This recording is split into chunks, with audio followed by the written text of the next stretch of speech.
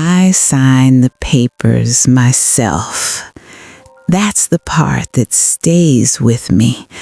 Not what they did, not what they said, but the fact that my own hand held the pen, my own signature, the one I've had since I was 19 years old, the same looping capital M I put on my marriage certificate, on my children's birth registrations, on every school form and hospital form and church membership card for 60 years. That signature is on the document that transferred my house to someone I have never met. I signed it. They handed me the pen and they told me it was routine. They said it was just to make things easier. They said, "Mama, you don't need to read all of it. It's just paperwork." And I was tired that day. I remember being very tired. My hip had been troubling me. The light in the room was not good. And they were all there, my children, the people I had carried inside my body, and they were nodding at me, encouraging me, smiling. So I signed. I want you to sit with that for a moment, because I have sat with it every day for 2 years. Let me tell you who I was before I became someone's mother. I was a woman who wanted to be a teacher. I had been accepted to a training college. I had a small suitcase packed. I was 18 years old, and I thought the world was going to open up for me like a door someone had been holding. Then I married, and the door opened in a different direction. I don't say that with bitterness. I loved my husband. I chose him. What I am saying is that from the moment I became a wife and then a mother, my life, the one I had imagined for myself, became secondary to the lives I was building for other people. And for a very long time, I believed that was the right thing. I believed that was what love meant. We had 3 children, Margaret first, then Daniel, then the youngest, Pauline.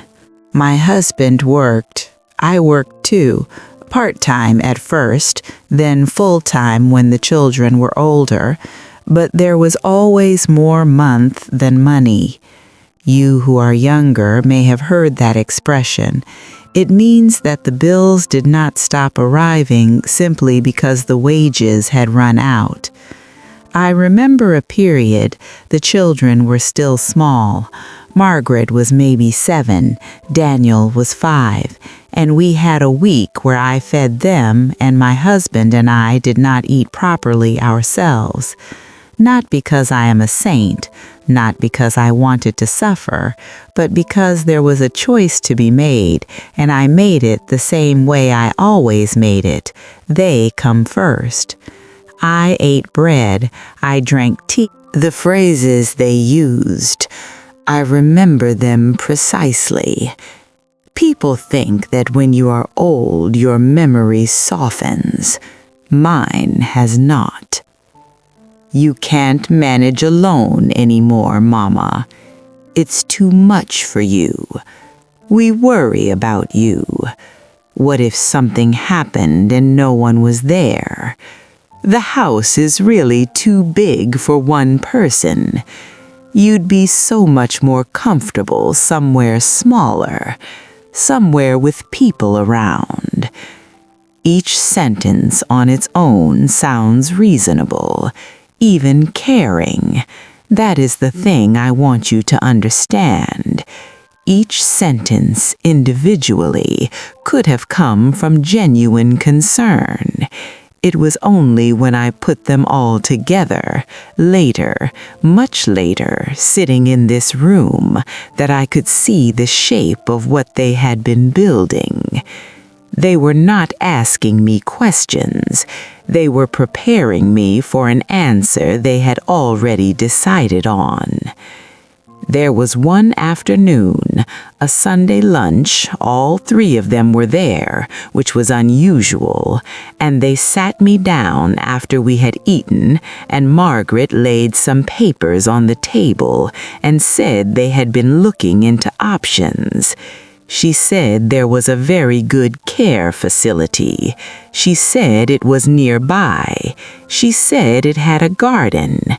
She said the staff were wonderful. Daniel nodded throughout.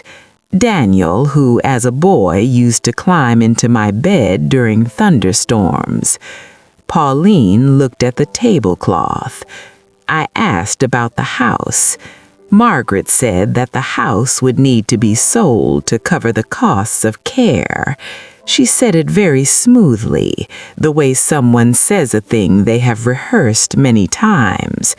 She said there were fees, ongoing fees, and that the house would take care of those fees, and that this was, truly, the most sensible arrangement.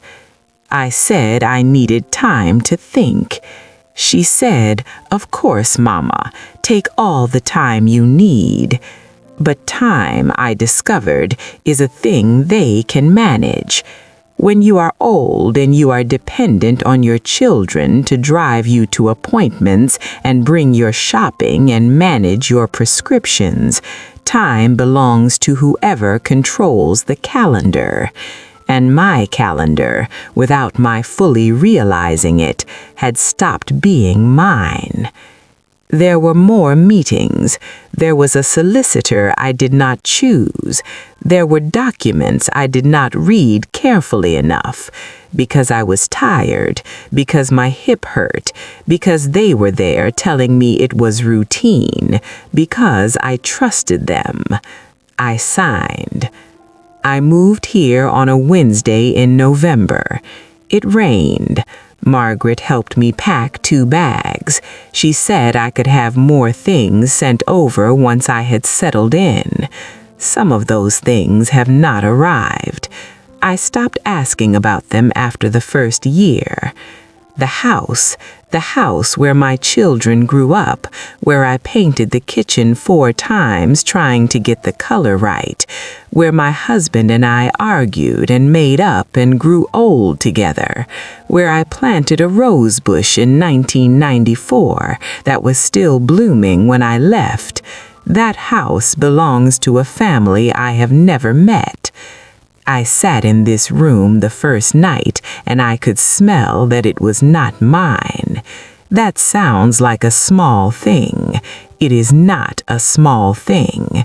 Your home has a smell, not a bad smell, just the particular accumulation of your life, your soap, your cooking, your wood, your years. This room smells of industrial cleaner and someone else's flowers. I sat here and I understood, slowly and completely, what had happened. And I did not scream. I did not cry. I was too tired to do either. I simply sat, and I began to think. If you are listening to this, and I believe you are because something brought you here today, please do not ignore the small signs, the gentle conversations that happen just a little too often, the paperwork that appears before you have had time to ask questions, the children who are suddenly very helpful, very present, very organized.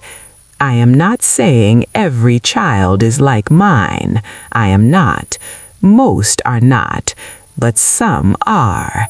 And if you are watching this and you recognize something I am describing in your own life or in the life of someone you love, please don't wait. If these conversations matter to you, subscribe to this channel. Some lessons come too late for the person living them. They don't have to come too late for you. Here is what they did not know. When you raise children, you pour everything visible into them. The money they can see, the time they can feel, the effort they watch you make. But a woman who has lived as long as I have, who grew up the way I grew up, who watched her own mother navigate a world that did not give women very much room, a woman like that learns early to keep certain things quiet. Not out of secrecy, out of wisdom. My husband knew about the savings account. He did not know about all of it. There were things I had put aside over decades, small amounts sometimes, consistent always, in places that were mine, not hidden maliciously, just private, the way a garden has both the flowers people see from the street and the roots that run deep underneath that no one thinks to look for. About 6 months after I came here, once the shock had settled and the tiredness had shifted into something cleaner, something that felt, surprisingly, like clarity, I asked one of the care workers here to help me contact my bank. Her name is Yetunde. She is from Nigeria originally. She brings me tea without being asked, and she does not speak to me as though I am a child. She helped me make a phone call.